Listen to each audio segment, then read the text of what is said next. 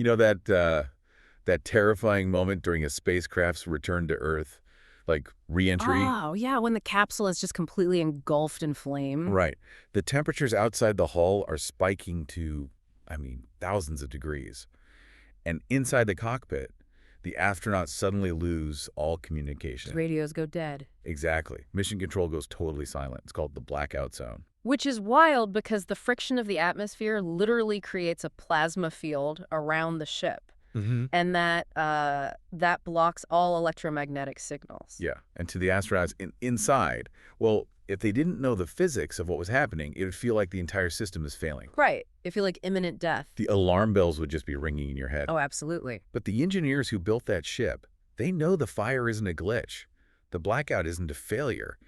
It is the exact mathematically programmed friction required to slow the capsule down so it doesn't just, smash into the ocean. Right. The terrifying fire is actually the ultimate survival mechanism. It's the brakes. It's the brakes. I've been thinking about this all week because that re-entry process feels so profoundly human. Oh, I see where you're going. Yeah, let's step away from spacecraft for a second and think about the lived human experience. Mm. I mean, think about waking up at 3 in the morning in your 40s or 50s in a cold sweat. Terrified of getting older. Exactly. Or, the feeling of a panic attack when a career you built your whole identity around starts to crumble. Or watching a parent's physical abilities decline. Yeah? We experience the flames of our own physical limitations. We feel the psychological friction of losing our edge. We experience the blackout of our certainties, and we instantly think the system is broken. We think we are crashing. We really do. We view aging, and specifically the loss of our youthful ego, as a catastrophic failure of the human machine. But today, we're going to look at the actual engineering manual for human maturation. Yes, we are. Welcome to today's deep dive. Our mission here is to decode a stack of highly advanced systemic frameworks, neurobiology research, and structural anthropology to reveal what might be the ultimate map of human development. It's a huge topic. It is. And the way we're going to get there is wild. We are looking at one of the most famous and, frankly, most misunderstood stories in human history. We're going to focus strictly on one specific narrative dyad, Judas becoming Christ. Which I should probably jump in here and establish a firm boundary for the listener. We're not engaging in theology today. No, not at all. We're not looking at historical religious texts as records of two separate figures walking around the Middle East in the 1st century. If you look at this material through the lens of modern systems theory, that literal interpretation completely misses the point. Yeah, the twist here is mind-bending. Yeah. The sources propose that we are looking at two chronological states of the exact same cybernetic system. The system being you, the listener. We are analyzing a topological map of human consciousness, a map of how a biological organism transitions from youth to maturity. Okay, let's unpack this, because if we look at the source material, the argument is that Judas is not a betrayer. He's not a villain. Not at all. Judas represents the localized, ego-driven steward of your biological vessel. He is the operating system of our youth. And Christ represents the mature, boundary-dissolved, fully integrated self that we are all theoretically supposed to become as we age. What's really fascinating about synthesizing this material is how perfectly this ancient narrative aligns with modern neurobiology and systems theory. It's crazy. It really is. We are looking at an organism that has to transition from a state of rigid boundary preservation, which is absolutely necessary for early survival, into a state of total relinquishment. And understanding this diet is the key to understanding your own aging process. It decodes our universal fear of death. And it reveals the true biological function of the human ego. It's a total paradigm shift.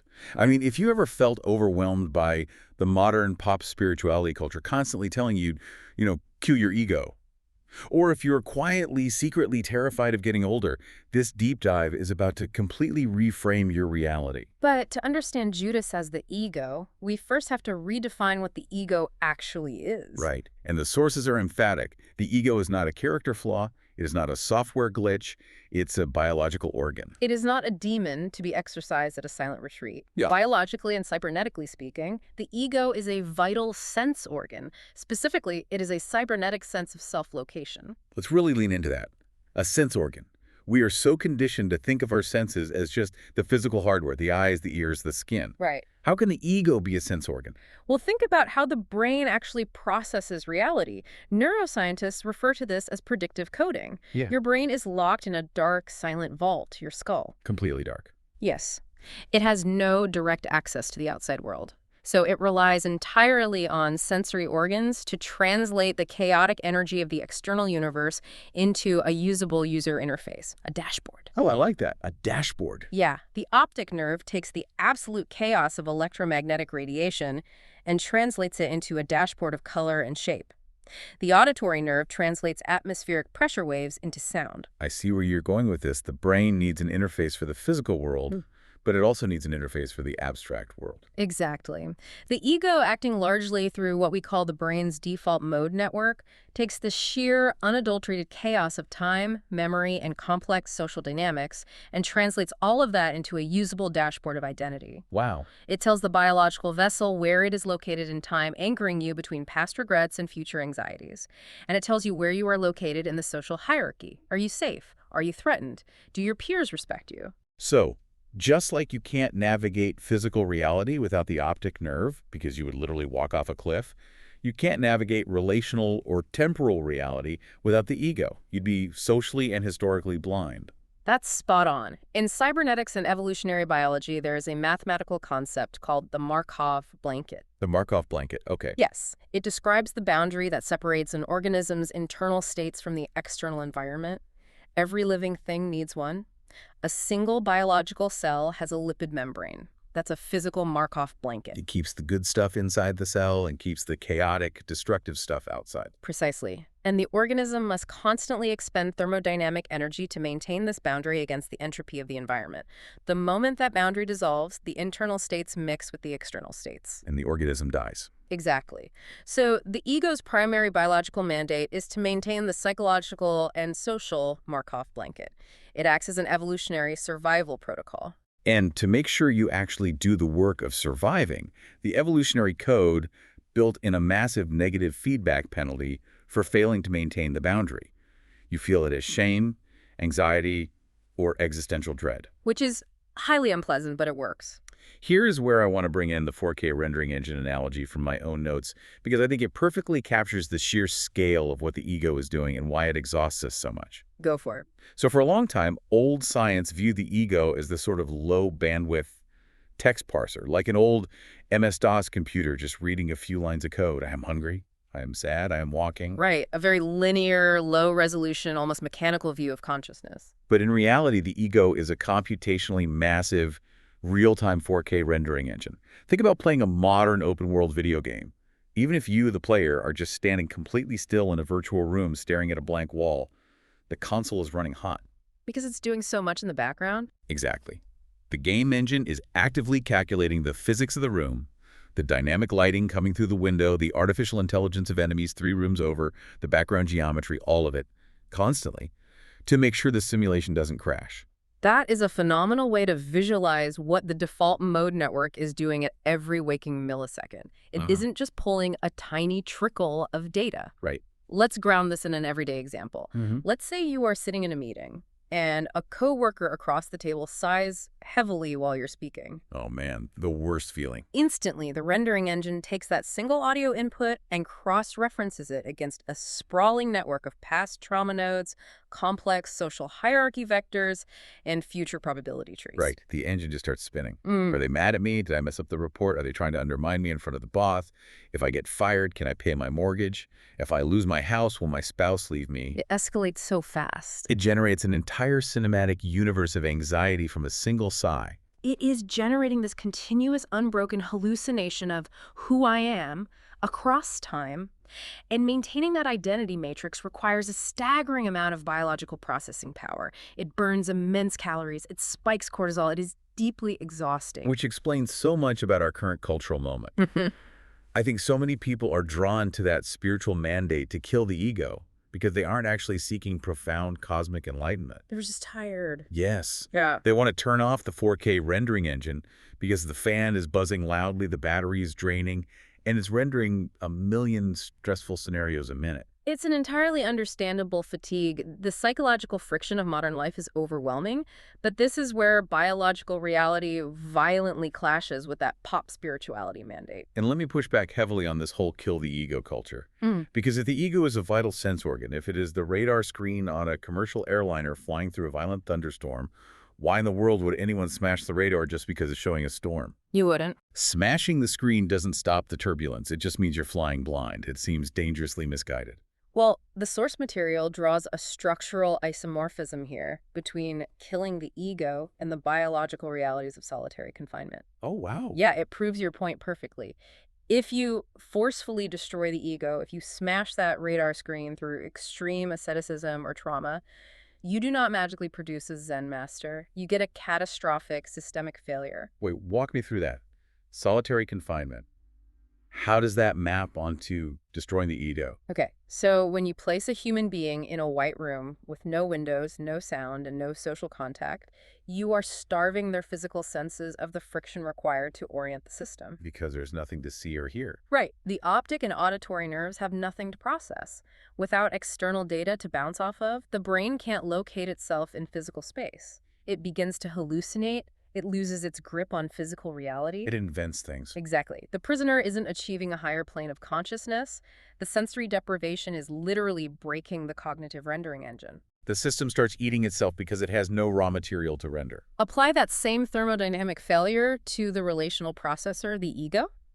If you attempt to forcefully kill the ego, maybe through ungrounded ascetic practices, or taking massive, unintegrated doses of psychedelics, you are depriving the system of the psychological friction it needs to orient itself in time and society. So the psychological Markov blanket is just erased artificially. Yes. The system literally cannot compute where the self ends and the external universe begins. And without that boundary, you don't get peace. You get chaos. You get a catastrophic loss of spatial and social orientation, which clinicians often diagnose as psychosis or deep dissociation. The person isn't liberated, they are utterly lost. It is not enlightenment, it is the destruction of the dashboard. Okay, so this brings up a massive contradiction. If the ego is this hyper-vigilant 4K rendering engine that we absolutely need to survive, and we absolutely cannot just smash it without crashing the airplane, how does a human being ever actually mature? That's the million-dollar question. Right. How do we get from the panicked, boundary-obsessed state of youth to the integrated, peaceful state of a mature elder? Because clearly some people do reach that state of peace. That is the ultimate question of human development. And the answer is that the system must undergo a programmed structural inversion. It's not a sudden, violent murder of the ego, but a highly complex mathematical operation that takes place over time. Here is where the source material gets incredibly dense, but really fascinating. Our sources argue that ancient storytellers actually mapped the exact biological formula for this transition using the characters of Judas and Jesus. They codified the mechanism of human maturation into a myth. To understand how a myth functions as an engineering manual, we have to look at the work of the legendary structural anthropologist Claude Lévi-Strauss. Oh, his work is brilliant. He argued that the vast diversity of human myths isn't just random creative storytelling. Myths are generated by a specific underlying structural logic in the human brain. The brain has to categorize the chaotic world into opposing binaries, like nature versus culture, raw versus cooked, life versus death. Because that's the only way a biological computer can sort data. It needs ones and zeros, hot and cold, us and them. And Lévi-Strauss believed that when a society encounters an unresolvable contradiction, like the fact that we are biological creatures who must die, but we possess consciousness that desires immortality, the brain generates a myth to process that anxiety. Yes. He even distilled this binary storytelling structure into a mathematical formula known as the canonical formula of myth. Now, the sources include the literal algebraic equation for this, but I'm definitely not going to read calculus on an audio show. Probably a good idea. It's a bunch of functions and variables. But what is the actual logic behind the math? What is Lévi-Strauss trying to prove with an equation? The conceptual logic is actually brilliant. Imagine a story as a machine with moving parts. You have variables of the characters or the actors in the system, and you have functions, the actions, roles, or states of being those characters inhabit. No. The formula maps how a narrative takes two deeply opposed forces, runs them through a series of conflicts, and forces the system toward a resolution. So let's strictly apply this logic to the Judas Christ diet as a map of the human psyche. Judas is the first term. He represents the localized ego. Right. If you look at the text, he is focused entirely on the material world. He clings to physical boundaries. He wants a political revolution against the Romans to protect his specific in-group, and he is obsessed with finite resources. Which is symbolized by the silver coins. Exactly. And Jesus is the second term. He represents the mature self. He preaches the exact biological opposite of Judas. Boundary dissolution. Right, turning the other cheek instead of fighting back. And infinite resources represented by the miraculous loaves and fishes, and total submission to the macro system, which he calls the Father or God. So you have your primary internal conflict, the localized, anxious ego, Judas, versus the infinite, accepting self, Jesus. But for this psychological circuit to actually resolve, for the human being to actually mature and find peace, a normal linear progression isn't enough. No, it's not. You don't just gently fade from the anxious youth to the wise elder. According to the structural math, a severe inversion must occur. Lévi-Strauss referred to the final step of his formula as the double twist, or the helicoidal step. The mathematician Jean Petitot expanded on this concept beautifully using morphodynamical models and catastrophe theory. Whoa, stop right there. Morphodynamical models, catastrophe theory. That sounds like we're talking about earthquakes, not human psychology. What does that actually mean for the ego? Well, let's break it down. Petitot used a concept called the cusp catastrophe. Imagine a topological landscape, like a flat piece of paper. In a narrative or in your life, your identity is moving along this flat landscape. Okay, I'm picturing it. But as the tension builds between the ego's desire to live forever and the biological reality of aging, the paper begins to bend.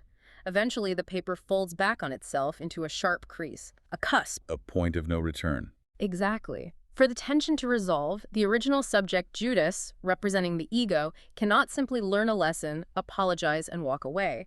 The narrative structure requires the ego to be forced into the function of a catalyst. Oh, wow. The original subject's identity must be completely alienated and inverted. In the math, this is the inverse variable. Meaning the shape of your identity physically has to break to rebuild. It's an apotheosis, but a dark one. A total reprogramming of who you think you are. Yes. Judas has to absorb the karmic entropy of the entire system. Think of entropy as the built-up chaos and friction of living. By committing the ultimate material sin, handing over the physical body to the authorities, Judas forces the system into the cusp catastrophe. He pushes the physical vessel onto the cross. In doing so, he destroys his own kingdom. The original identity of the ego is eliminated, completely inverted, so that the mature self Jesus can achieve biological and psychological homeostasis and resurrect beyond physical boundaries. The structural math demands a sacrifice. The system cannot transform without the localized node intentionally breaking the boundary. And to prove that this isn't just some modern, postmodern overanalysis of the text, the sources bring in historical evidence. The ancients themselves understood this deeply. They knew Judas wasn't a traitor. Right. They knew he was the surgeon. We see this most explicitly in the Gospel of Judas from the Chacos Codex, a Gnostic text discovered from around the 3rd century. I loved reading about this part. In this text, Jesus is literally laughing at the other disciples because they are praying over their food. They are trapped in their rigid, ego-driven religious rules. They don't understand the macro system at all. But Judas does. Jesus pulls Judas aside, and the text says he gives him a direct, secret command. Jesus says, "You will exceed all of them, for you will sacrifice the man that clothes me." The man that clothes me. It is a perfect cybernetic metaphor. The physical body, managed by the ego, is the clothing. It is the temporary hardware. Jesus is explicitly instructing Judas the ego to execute the breach, to destroy the hardware so the software can upgrade. The writer Jorge Luis Borges explored this exact topology in his short story, 3 Versions of Judas. A fantastic story. It really is. Borges posits that if God wanted to truly experience the human condition to save it, it wasn't enough to just become a perfect, beloved teacher.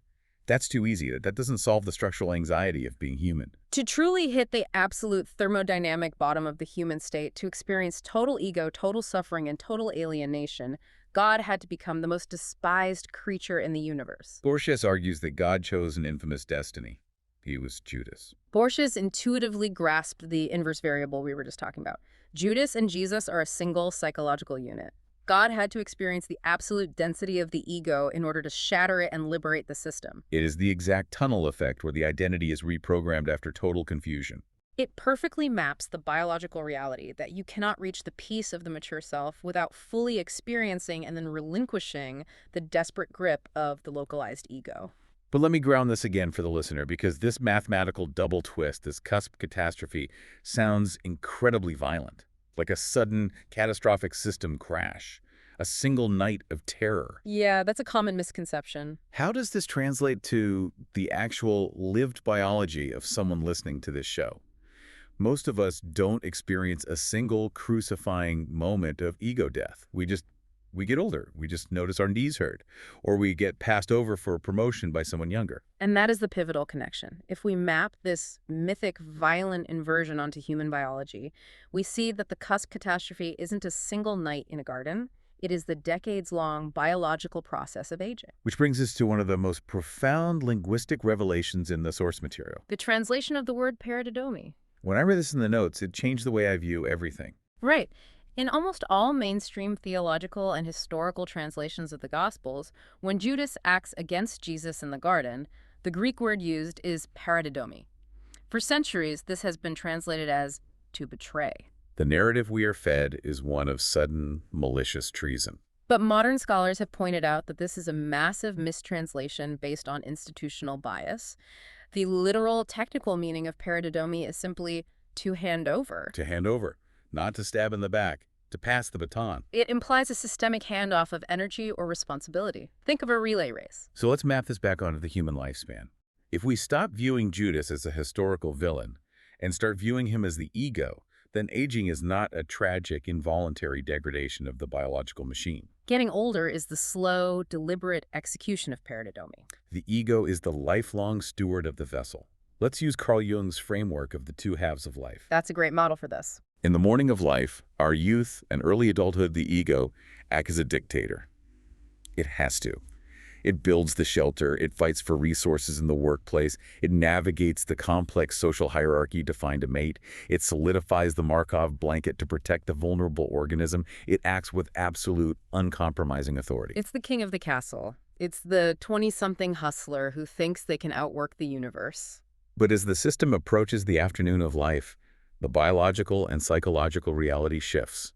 Jung warned that you cannot live the afternoon of life according to the rules of the morning. The healthy aging process is the ego slowly accepting its demotion. The steward's ultimate mandate is to systematically, deliberately surrender its own structural integrity. So every loss of physical prime, every time your memory slips, every time you realize you can't run a 6-minute mile anymore or pull an all-nighter at work, every softening of a psychological boundary is an act of paridomi. The ego is continuously handing the physical vessel over to the aging process. It is yielding control, so that the mature self, the Christ consciousness, can be liberated from the rigid confines of the ego's 4K rendering engine. It is a programmed thermodynamic shift. You transition from building rigid walls to intentionally softening the boundary. But I have to challenge this. Sure. It sounds incredibly poetic in theory, but the reality of aging is often terrifying and deeply painful.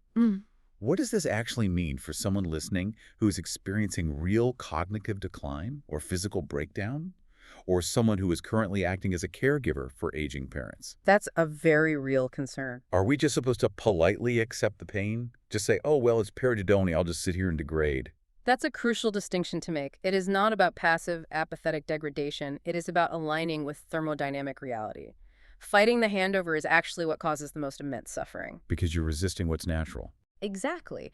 When the ego refuses to step down, when it tries to aggressively force a 70-year-old biological body to perform and dominate the environment like a 25-year-old body, it creates massive psychological and physical friction. It leads to bitterness, chronic stress injuries, elevated cortisol, and deep despair. You're redlining an engine that was designed to coast. You're forcing the system to expend energy.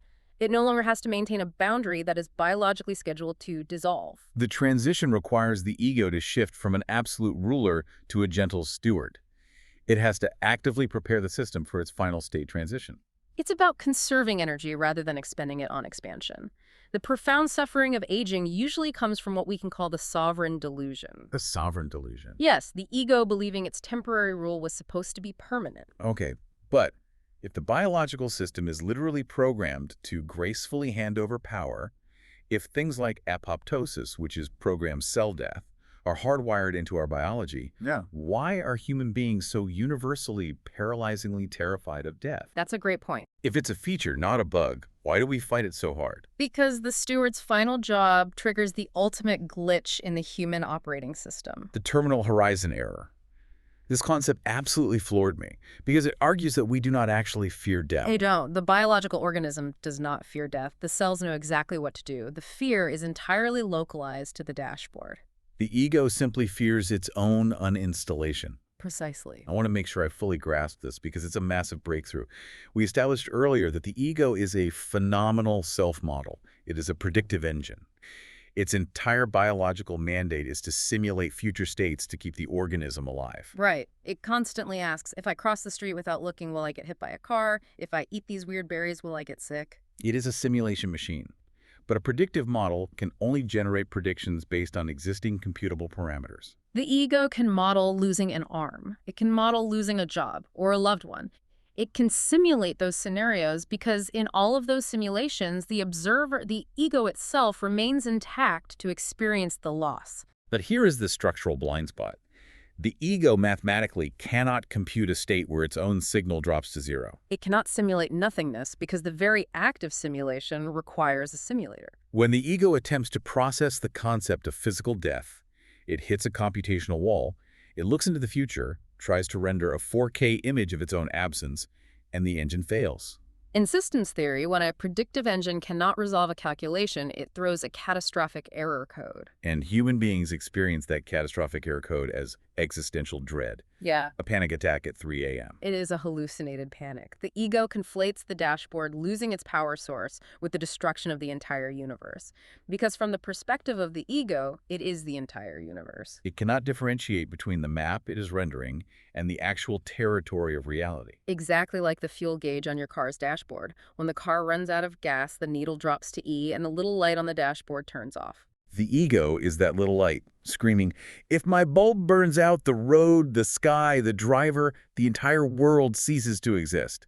It's a boundary preservation fallacy. And if you look closely, this software glitch has driven the entirety of human history. Why did the pharaohs build the Great Pyramids? Why do billionaires hoard unimaginable wealth? Why do artists chase historical fame, obsessing over their legacy? From a strict biological survival standpoint, those behaviors are absurd. But from a cybernetic standpoint, they make perfect sense. They are the 4K rendering engine desperately trying to upload its software into the external environment. The ego realizes the biological hardware is failing, so it tries to export its code to the culture. If I can get my name carved into enough stone, if my face is on enough coins, if my name is on a hospital wing, the phenomenal self-model survives the hardware collapse. It is a frantic attempt to achieve immortality for the dashboard. Wow. So all of our monuments, our empires, our desperate grabs for power and fame, it's all just a buffering icon, a system struggling to compute its own off switch. It's the panic of the steward who forgot they were just the steward and started believing they owned the estate. So how do we fix the glitch? How can we possibly overcome this hardwired error code and achieve that Christ consciousness, that mature self? Well, as we established with the solitary confinement analogy, you can't just tell your rendering engine to stop rendering without crashing your life. You can't. And you shouldn't try to smash it. The answer lies in consciously walking through the steps of the steward's final surrender.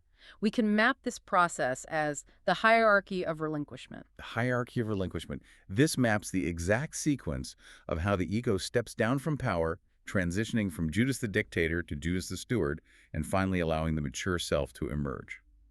Let's spend some real time on these 4 levels. Okay, level 1 is the sovereign delusion, or zero surrender. This is where we all start out in early adulthood. The ego is young, rigid, and terrified of the external world. Exactly. It builds thick walls that Markov blanket to protect the vessel. It operates under the absolute illusion that it is the ruler of the system. It takes credit for everything. I made my heart beat today. I earned all this money purely through my own genius. I control my destiny. It tries to control the future through brute force and anxiety, white-knuckling the steering wheel of life. It refuses to let go of anything. Which brings us to level 2, relinquishing authorship. The sources refer to this as the breach. This typically hits at midlife. It aligns with Carl Jung's transition to the afternoon of life. The classic midlife crisis. The sports car, the sudden career change. It is often deeply messy, yes. It's usually triggered by a major systemic friction, a career failure, a divorce, a health scare. The ego is forced, usually through intense pain, to let go of its first major illusion, authorship. Yeah. It is forced to realize that it is not the deep engine of reality, it's just the press secretary. It steps down from dictator to observer. It still wants to pilot the vessel, but it stops pretending it controls the ocean. It realizes there are macro forces at play, economic shifts, random illness, the actions of other people that it cannot command.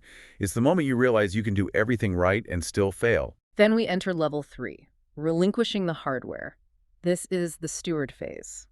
The aging process accelerates. The physical vessel begins to noticeably lose its maximum output. The knees ache, the energy drops, the recovery time lengthens. This is where paridomi really becomes a daily, tangible practice. It's not abstract philosophy anymore. It's deciding whether or not to climb a ladder to clean the gutters. The ego must accept biological limits and stop fighting. Instead of aggressive expansion, its only job is to manage the remaining energy efficiently and keep the vessel comfortable. It is the active, deliberate relinquishment of physical dominance. It's a profound shift from acquiring to curating. And finally, we arrive at level 4, the terminal release, the ultimate letting go, physical death. And this is where the entire framework becomes so profoundly comforting. Death is not a violent system crash. No, it's not the universe maliciously murdering the ego. It is the steward Judas recognizing that the biological vessel's contract is complete. The mission of survival is over. And so the steward makes the ultimate intentional choice to let go of the controls. It intentionally drops the boundary. The permeability of the Markov blanket hits 100%. The localized energy returns to the macro system. The inverse variable is complete. Judas sacrifices the clothing, and the mature self is finally liberated into the broader reality. I want to ask you, the listener, right now, think about where you are on this hierarchy. Are you still white-knuckling level 1, terrified of every variable, fighting to maintain your sovereign delusion at work and in your relationships? Or are you starting to feel the profound relief of level 2, realizing you don't have to author the entire universe? Because what this deep dive shows us is that your inevitable decline and death is not a failure. It is the ultimate act of controlled relinquishment. It is the final, successful execution of your biological programming. It is the brakes functioning exactly as designed to bring the capsule home. So let's recap this monumental journey, because we have covered incredible ground today. We really have. We started by taking the story of Judas and Christ and completely stripping away the historical and religious dogma. We stopped viewing them as ancient enemies and recognized them as the ultimate cybernetic map of human maturation. We saw that the ego, the Judas mechanism, is not a demon to be killed in a spiritual retreat. It is your 4K rendering engine.